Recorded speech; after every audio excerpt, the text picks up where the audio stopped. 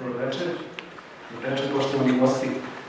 Na početku da kažem da mi je veliko zadovoljstvo, mislim da govorim i o vestivno ime. Znam da govorim i vestivno ime kad kažem da mi je veliko zadovoljstvo da vas vidim u ovolikom broju večeras ovde, što znači da sve ovo što mi radimo i što pokušavamo da napravimo ovde u našoj biblioteci ima nekog smisla i svrhu. Naši večerašnji gosti su gospodin Velimir Abramović i gospodin Goran Potkonek sa Slobodnog univerziteta Srbije. Dobro večer. Dobro večer.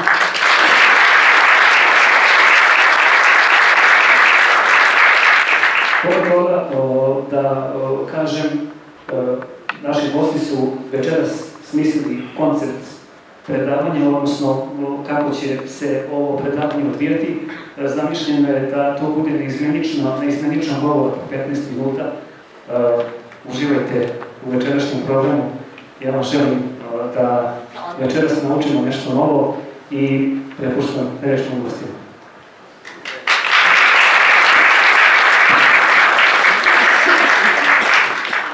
Nauka je metoda religije. Ono što je religija pokušavala da ostvari preko vere, to da nas naučnici rade u laboratorijama, kompletno fizičku besmrtnost, kao i telepatiju na nivou kvantne realnosti.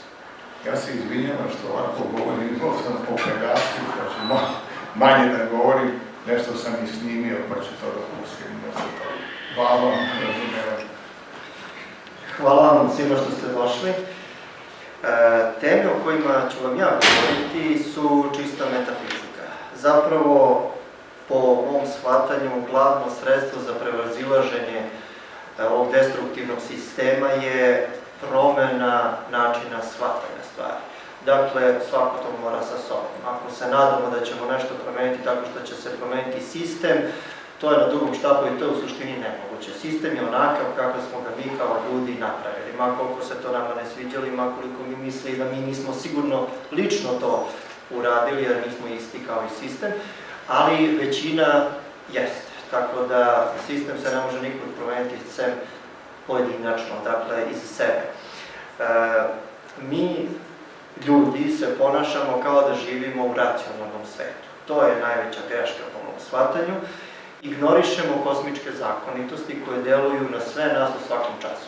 To bi bilo kao da sam ja šofer i vozim automobil po saobraćaju, a ne znam nijedan saobraćajni propis, nijedan zakon koji deluje na mene. Pritom i non stop mi se dešavaju sudari, non stop imam neke nezgodne situacije, a nemam pojma zašto. Pa zato što se pravim da ne postoje kosmički zakoni, metafizički zakoni koji utiču na nas.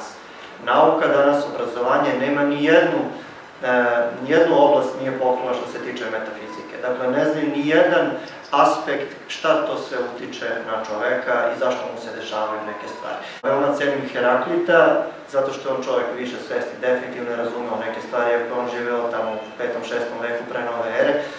On između ostalih rekao jednu jako mudru stvar.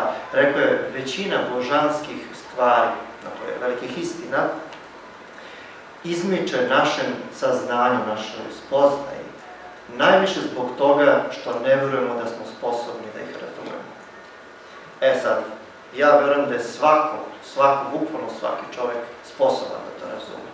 Pojenta samo da li želimo to da razumemo, da li znamo da imamo nešto da razumemo ili mislimo da sve znamo.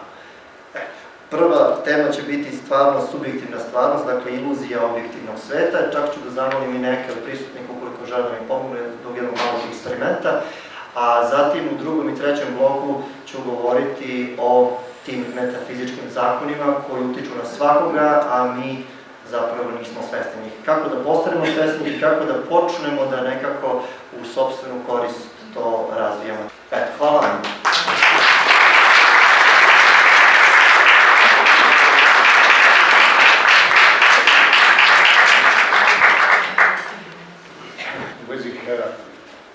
Kaže, ne mogu dva puta da uđem u istu reku.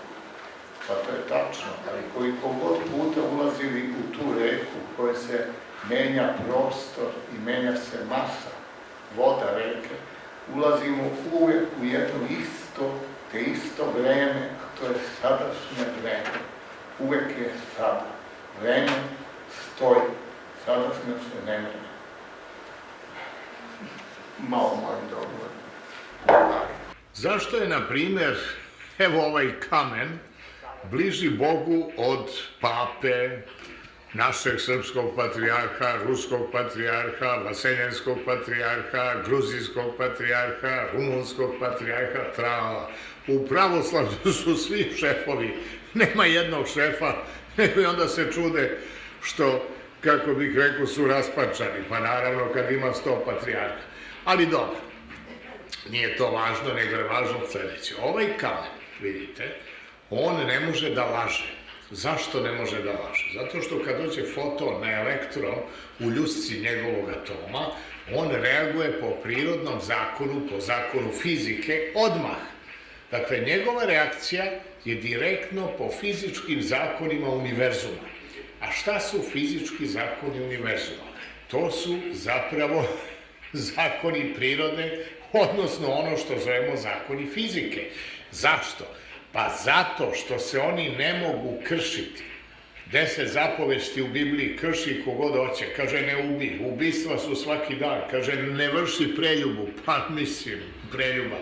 I tako dalje, ne kradi, pa krade se non stop, sve banke kradu, pa šta? Sve banke na svetu, sve su banke lopovi, pa mislim, kome to smeta, a sve to krši Božje zapovesti.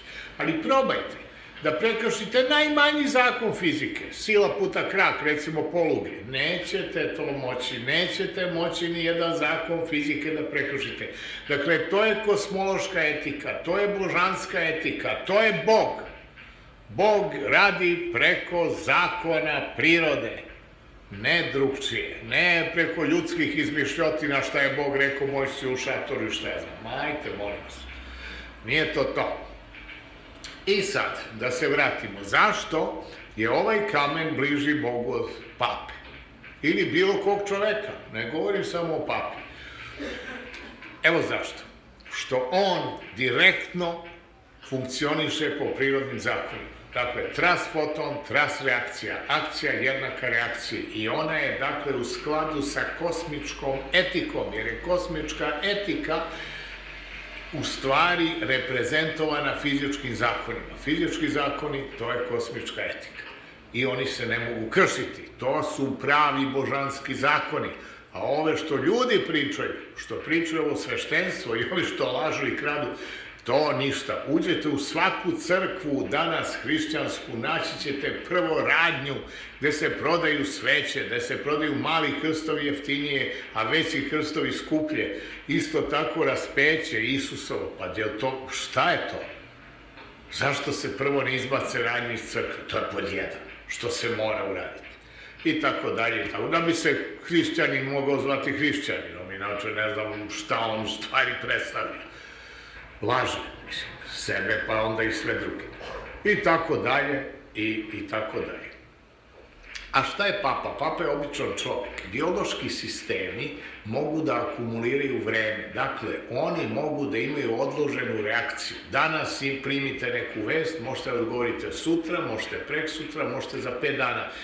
Dakle, vi možete da odložite reakciju što kamen ne može. Kamen radi prema prirodnoj, božanskoj etici, a čovek može da laže, dakle može da frizira reakciju, može da reaguje tako kao da akcija nema značenje koje je primio. I šta je onda rezultat toga? Pa rezultat toga je ljudska nesvesnost prirodnih zakona i prirodne situacije. Dakle, ta feedback sprega, odnosno povratna sprega između akcije i reakcije, ona radi po prirodnim zakonima, ne po ljudskim. I tu je problem čoveka. Pa prema tome papa koji danas primi vest, pa onda odgovori kroz 2 meseca, on je daleko dalje od Boga i svih božanskih zakona, nego li što je to ovaj kamen koji odgovori u T0, trenutno, odmah, istinito, u skladu sa kosmičkom etikom koja u stvari nije ništa drugo nego set fizičkih zakona, zakona fizike.